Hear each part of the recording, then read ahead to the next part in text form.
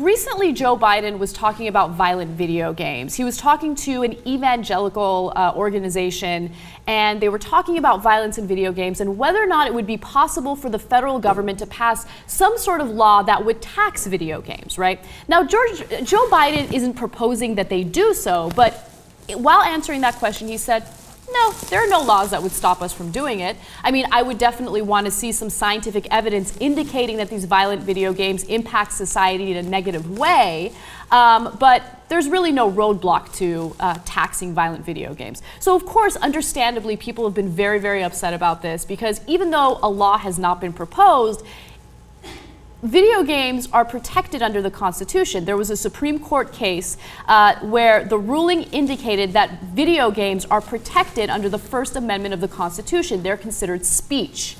And so I think that, Joe Biden saying that is dangerous. I think that, there could be arguments made as to whether or not you could tax video games because he's not saying we could ban them. Right. Right? You can't ban them.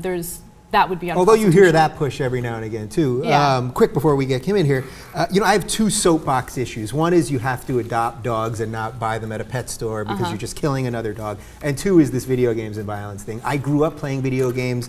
After college, I worked at electronics boutique and I sold video games. And I know that video games do not cause violence. If anything, you play a video game and you exercise that violence that's in you. You shoot some monsters instead of shooting real people. If video games affected what you do, I'd be eating mushrooms and jumping on turtles all day long. But I did not do that today. Well, let me extend that to violent television series, violent movies. Right. Where do you draw the line? Exactly. I mean, I grew up watching the violent television shows and the violent movies. I mean, I can't wait to go home every night after work to watch another episode of Breaking Bad. That doesn't make me want to do meth, and that doesn't make me want to turn into a meth dealer or a chemist to make meth. You see what I'm saying? So, look, it's important to have actual scientific data to back this up, right? Because anecdotal evidence is one thing, scientific data is another. And I know that Kim Horcher has actually paid very close attention to that type of data. So tell me what you think.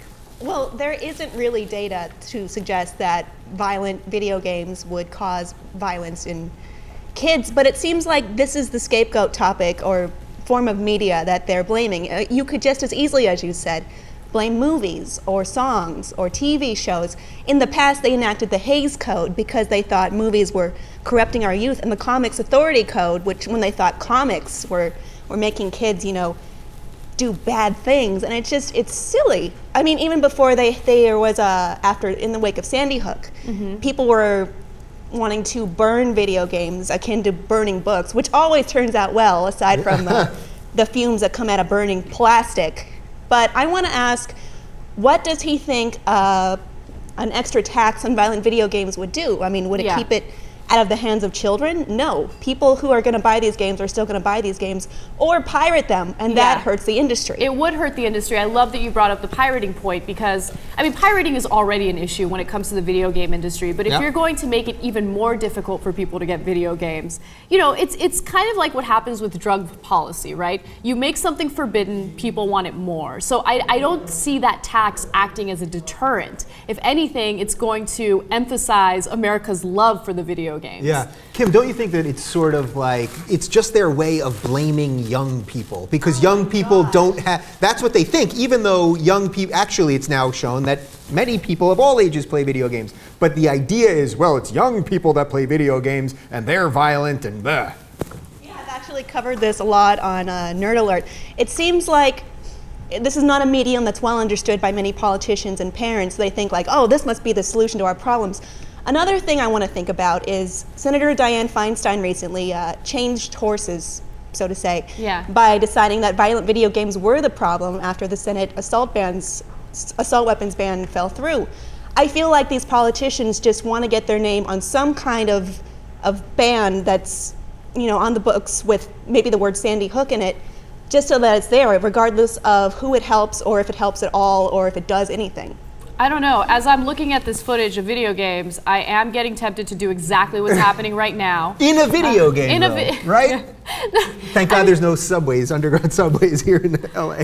I mean, Grand Theft Auto, I remember playing Grand Theft Auto with my brother, like on the computer, years ago, and that didn't make me want to, do any carjacking. No, do you know how many? That's a hell of a way to.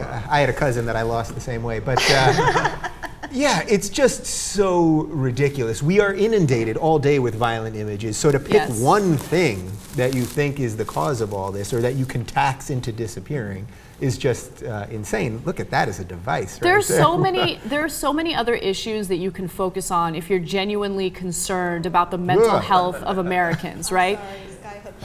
I like how everyone stopped doing work all at once. I know. Like, my God, that's a bloody thing. It is bloody. But look, back to my point. No, why? So this footage isn't doing much to prove our point, guys. Yeah.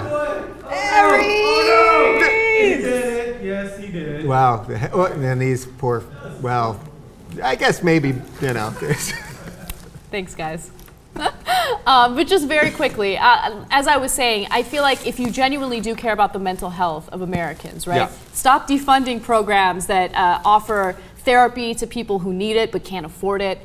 Stop with the income inequality. That's another perfect thing. People are overworked, they're stressed out. There's no regulated maternity leave or paternity leave. I mean, these are like problems that actually do contribute to the stress of Americans. And if that's the kind of stuff that you actually focus on as opposed to ridiculous scapegoats like this, I think that would better society more.